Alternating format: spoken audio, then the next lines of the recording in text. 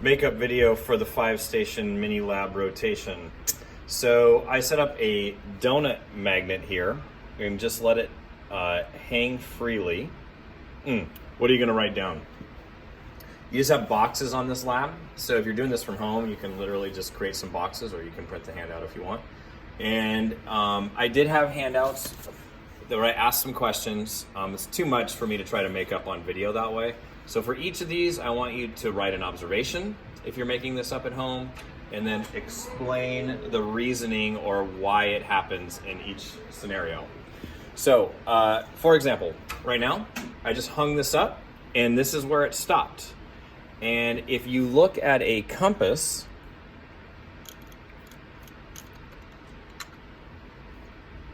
you will see that this is the south and this is the north, and this happened to line up perfectly. Why is that? Okay. In addition, and this is a little bizarre, I'm going to put this down like that. The Earth is like a magnet, so I put the north facing away from the camera and the south facing near, just like the picture shows. But this is kind of bizarre. This is a strange thing that I'm going to explain in the next class. Notice that if I do that, it exactly reverses on here. So if we pretend that the Earth's magnet is lined up exactly like it shows here, it reverses it. If I move the south away to the end, it now lines up the way it originally did when you got here. Okay, so it's exactly reversed from what you would expect it to be. So I don't expect you to know why that is. You can also make an inference of why that is, but something to check out, okay? All right, that's station 1. Okay, station 2 had several things to try. One is just to check and see if things are magnetic. So I have some magnets here. So wood, nope. Plastic, nope. How about other metals? Aluminum, doesn't seem to be. Zinc, doesn't seem to be. Copper, doesn't seem to be. Iron, Fe, iron. Yep. So only one metal here is actually magnetic, and paper clips are mostly iron. There's actually 4 other substances that can be magnetized, but 3 common ones. So here's only one of them. In another class, we're gonna take a look at the others. The other cool thing is what's called shielding.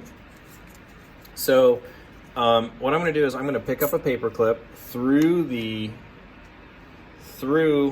cardboard, okay?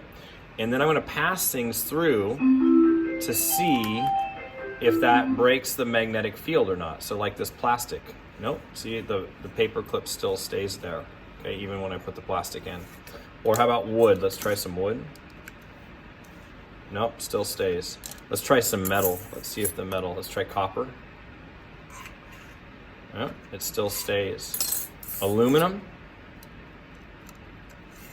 still stays. How about, this is iron, okay? This is iron just like the paper clips are. Oh, notice when I put iron in there, the magnetic field from here to here quit working and the paper clip dropped. It shielded the magnetic field. So iron will shield a magnetic field. I'm not sure this is going to be that easy to tell, but if you drop this, listen to what the magnets do before it ever hits the ground. So listen for clicking sounds and see if you can explain why this is. So I have a magnet down here and a magnet up here, and I'm going to drop it, okay? And listen to the clicking sounds. So I'm going to raise this up, okay? And you'll probably hear it hit the ground too. I'm actually going to put a towel down there. So I'm going to drop it. Listen to the clicking sounds before it hits the ground.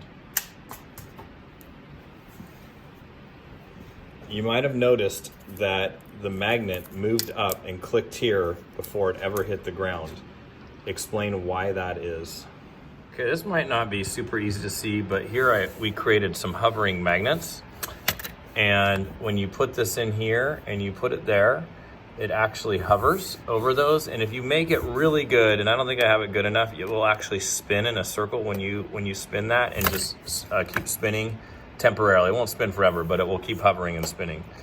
So explain that. And kids had to turn magnets. So for example, if I just flip this magnet around, it's no longer gonna work as a hovering magnet. Okay, explain how we set that up or why that works. Okay, last station. So these are some magnets, and we set them up in a little triangle here, and then made a pendulum that acts kind of funky. All right, your job is to explain that.